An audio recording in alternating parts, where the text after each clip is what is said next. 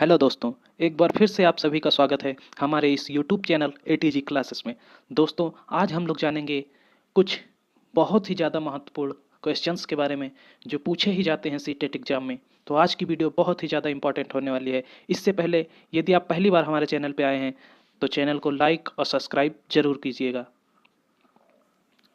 हम आज की वीडियो में जानेंगे चांगपा लोगों के बारे में और उनकी उस खास बकरियों के बारे में जिनके बालों से दुनिया की मशहूर पश्मीना शाल बनाई जाती है।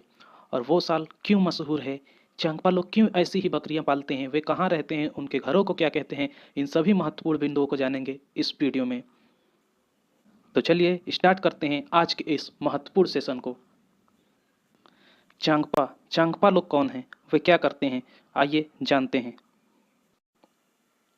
चांगपा घुमंतू लोग हैं जो हमेशा एक ही जगह पर नहीं रहते, यानी कि चांगपा लोग हरदम अपना रहने का स्थान बदलते रहते हैं। वे क्यों बदलते हैं हम जानेंगे अपने नीचे के पॉइंट्स में।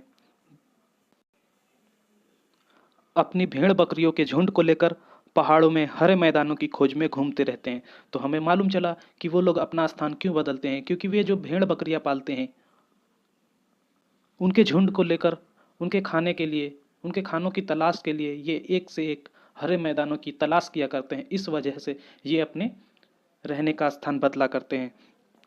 तो हमारा ये पॉइंट था कि अपनी भेड़ बकरियों के झुंड को लेकर पहाड़ों में हरे मैदानों की खोज में घूमते रहते हैं।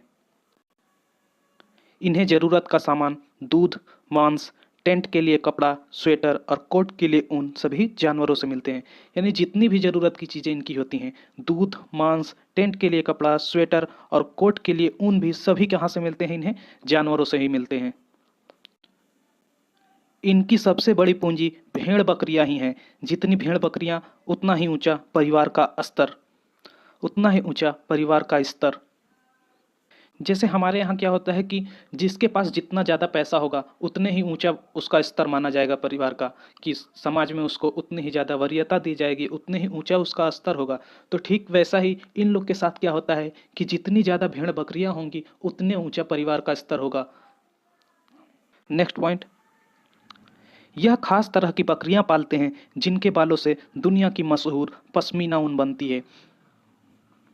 यानी ये जो बकरियां पालते हैं वो भी आम बकरियों की तरह नहीं, उनकी एक बहुत ही महत्वपूर्ण खासियत है कि उनके बालों से दुनिया की मशहूर पश्मीना ऊन बनती है। अब उन ऊनों का उपयोग कहाँ होता है, पश्मीना शाल बनाने में।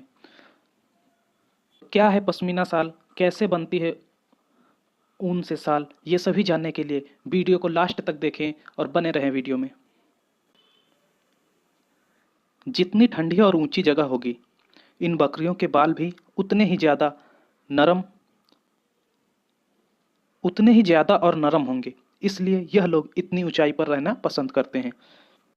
यानी चांगपा लोग बहुत ही ऊंचाई पर रहते हैं। और ये उतनी ऊंचाई पर रहना क्यों पसंद करते हैं, क्योंकि जितनी ज़्यादा ठंड होगी और जितनी ज़्यादा ऊंचाई होगी इन बकरियों के जो बाल हैं उतने ही ज़्यादा मात्रा में और उतने ही ज़्यादा नरम होंगे। इस वजह से इन्हें ऊंचाई पर रहना पसंद है। सामान को लाने ले जाने के लिए घोड़ों और याक का प्रयोग करते हैं। चांगपा लोग सामान को लाने और ले जाने के लिए घोड़े तथा याक का प्रयोग करते हैं। इनके टेंट को रेबो कहते हैं। चांगपा लोग के टेंट को रेबो कहते हैं। रेबो की विशेषताएं क्या हैं, उनकी क्या खासियत है, उनकी बनावट क्या है, आइए जानते हैं कुछ और महत्वपूर्ण पॉइंट्स में। रेबो की विशेषताएं, रेबो टेंट की विशेषताएं बड़े व तिकोने होते हैं। यानी कि रेबो टेंट जो है वो बहुत बड़े होते हैं और 3 कोनों वाले होते हैं। याक के बालों से बनी पट्टियों को जोड़कर टेंट का कपड़ा बनाते हैं। ये बहुत ही मजबूत एवं गर्म भी होते हैं। यानी इनके टेंट का जो कपड़ा बनता है वह याक के बालों से बनी पट्टियों को सिलकर बनाया जाता है, जो बहुत ही मजबूत और गर्म भी होते हैं। पट्टियाँ 9 डंडियों के सहारे बंधी रहती हैं। पट्टियाँ 9 डंडियों के सहारे बंधी रहती हैं। टेंट लगाने से पहले जमीन में 2 फुट गड्ढा खोदते हैं, फिर ऊंची जमीन पर टेंट लगाते हैं। यानी ये लोग टेंट लगाने से पहले क्या करते हैं, जमीन पर 2 फुट गड्ढा खोदते हैं, फिर उसके बीच की जो ऊंची जगह होती है वहाँ पर टेंट लगाते हैं। और जो पट्टियाँ हैं यानी टेंट का कपड़ा 9 डंडियों के सहारे बंधा रहता है। 2 लकड़ी के बड़े डंडों के सहारे टेंट खड़ा रहता है। इनका जो टेंट है वो 2 लकड़ी के बड़े डंडों के सहारे खड़ा रहता है। वह जैसे इस प्रकार ये टेंट है, ये बीच में दो डंडे लगे हैं और इधर इधर से ये टेंट का कपड़ा बंधा है। तो इन दो लकड़ी के डंडों के सहारे ही इनका टेंट खड़ा रहता है। रेबो के बीचों बीच खुला छेद था जहां से चूल्हे का धुआं सॉरी रेबो के बीचों बीच खुला छेद था जहां से चूल्हे का धुआं बाहर जा सके। यानी इनका जो रेबो होता है उसके बिल्कुल बीचों बीच में एक खुला छेद होता है। वो छेद क्यों होता है? कि ये लोग जो घर में धुआं होता है उनके घरों में वो बाहर निकल सके, इस वजह से रेबो टेंट के बीचों बीच एक छेद होता है। चांगपा की भाषा में चांगथांग का मतलब ऐसी जगह जहां बहुत कम लोग रहते हैं। चांगथांग का मतलब ऐसी जगह जहां बहुत कम लोग रहते हैं। नोट पॉइंट: ऊंचाई पर जाने पर हवा में ऑक्सीजन की मात्रा कम हो जाती है। ऐसा अनुभव आप सभी लोगों ने किया होगा जो यदि पहाड़ों पर गए हैं। वहाँ क्या होता है कि जैसे जैसे हम ऊंचाई पर बढ़ते जाते हैं हमें सांस लेने में परेशानी महसूस होती है, तकलीफ होती है। वो क्यों? क्योंकि वहाँ ऑक्सीजन की मात्रा कम होती जाती है। नीचे की अपेक्षा ऊपर ऑक्सीजन की मात्रा जैसे जैसे हम बढ़ते जाते हैं कम होती जाती है। तो वही चीज़ लिखा है कि ऊंचाई पर जाने पर हवा में ऑक्सीजन की मात्रा कम हो जाती है। भेड़ बकरियों को रखने के स्थान को चांगपा लेखा कहते हैं। यानी लेखा क्या है? भेड़ बकरियों के रहने का स्थान। किनके भेड़ बकरियों के? चांगपा लोग जहां अपनी भेड़ बकरियां रखते हैं उस स्थान को लेखा कहते हैं। लेखा की दीवारें पत्थरों एवं चट्टानों को एक दूसरे पर रख कर बनाते हैं। लेखा की दीवारें कैसे बनाते हैं? पत्थरों एवं चट्टानों को एक दूसरे पर रख कर। हर परिवार अपने जानवरों के झुंड पर एक खास निशान बनाता है। हर परिवार अपने जानवरों के झुंड पर एक खास निशान बनाता है ताकि वह अपने जानवरों को आसानी से पहचान सके। जैसे हम लोग अपने किसी सामान पे कहीं एक खास निशान लगा देते हैं जिससे हम जान सके कि वैसा ही अगर दूसरा सामान है तब भी हम उस निशान की वजह से पहचान जाते हैं कि ये हमारा ही सामान है। तो ठीक वैसा ही ये लोग एक खास प्रकार का निशान अपने जानवरों के झुंड पर लगाते थे।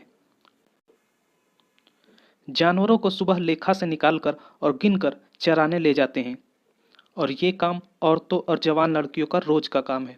सुबह इन लोग का काम क्या होता है कि जानवरों को लेखा से निकालते हैं, उन्हें गिनते हैं और उसे चराने ले जाते हैं और यह काम औरतों और जवान लड़कियों का रोज का काम होता है। अब आइए जानते हैं पश्मीना शाल के बारे में। क्या है इसकी विशेषताएं, क्यों है ये मशहूर और क्यों है इसकी इतनी ज़्यादा मांग। देखते हैं इसकी खासियत के बारे में। और यहाँ से क्वेश्चन हर बार सीटेट एग्जाम में लगभग पूछे ही जाते हैं और हमारे क्वेश्चंस गलत ना हो इसकी वजह से इनकी पूरी विशेषताएं हमें याद रखना जरूरी है। एक पश्मीना शाल में 6 स्वेटरों जितना गर्मी होती है। यानी 6 स्वेटर में जितना गर्मी होती है उसी के बराबर गर्मी एक पश्मीना शाल में होती है। तो ये है इसकी महत्वपूर्ण विशेषता। अब यह शाल बनती कैसे है ये देखिए। यह खास नस्ल के बकरी के बालों से बनाई जाती है जो लगभग 5000 मीटर की ऊंचाई पर पाए जाते हैं। ये बकरियां वही हैं जिन्हें चांगपा लोग पालते हैं और वो लगभग 5000 मीटर की ऊंचाई पर होते हैं। इतनी ऊंचाई पर पाए जाने का कारण क्या है? तो वही हम लोग ने ऊपर पढ़ा था कि जितनी ऊंचाई और ठंडी होगी उतने ही इन बकरियों के बाल ज़्यादा और नरम होंगे। सर्दी से बचने के लिए इन बकरियों के शरीर पर बहुत ही बारीक एवं नरम बाल उगाते हैं जो गर्मी में झड़ जाते हैं। इनके बालों की ये विशेषता है कि वो केवल सर्दी में ही रहते हैं और गर्मी जैसे ही आती है वो बाल झड़ जाते हैं। वह बाल सर्दियों से बचाने के लिए इनके शरीर पर उगाते हैं। तो याद रखिएगा कि सर्दी से बचाने के लिए इन बकरियों के शरीर पर बहुत ही बारीक एवं नरम बाल उगाते हैं जो गर्मी में झड़ जाते हैं। हमारे एक बाल की मोटाई के बराबर इन बकरियों के 6 बाल होते हैं। इसलिए इन बालों को मशीनों द्वारा नहीं बुना जा सकता। याद रखिएगा, इन बालों को मशीनों द्वारा नहीं बुना जा सकता क्योंकि ये इतने बारीक होते हैं कि इनके 6 बाल मिलाएंगे तब हमारे एक बाल जितना मोटा होगा। 6 बाल मिला के इनके हमारे एक बाल के जितने मोटे होंगे। इनकी बुनाई हाथ से खास बुनकरों द्वारा की जाती है। हाथ से खास बुनकरों द्वारा की जाती है। किनकी बुनाई? पश्मीना शाल की। 250 घंटे बुनाई कर एक साल तैयार होती है। यहाँ साल गलत लिख गया है, साल ये वाला सा होगा। ठीक है, तो याद रखिएगा कि 250 घंटे बुनाई कर एक साल तैयार होती है। कितने घंटे? 250। बहुत सी किताबों में ये कुछ अलग अलग दिए गए हैं, इतने घंटों में तैयार होती है, इतने दिनों में तैयार होती है, लेकिन हमें लिखना क्या है? अगर पेपर में हमारे पूछेगा तो 250 घंटे ही लिखना है, क्योंकि पेपर जो हमारा बनता है वो एनसीईआरटी की किताबों से बनाया जाता है और उसी को वरीयता दी जाती है। तो इस वजह से जब भी आएगा हम 250 घंटे ही लिखेंगे। तो 250 घंटे की बुनाई कर एक साल तैयार होती है। तो आज की वीडियो में इतना ही। मिलते हैं अपने एक और नए वीडियो में। धन्यवाद।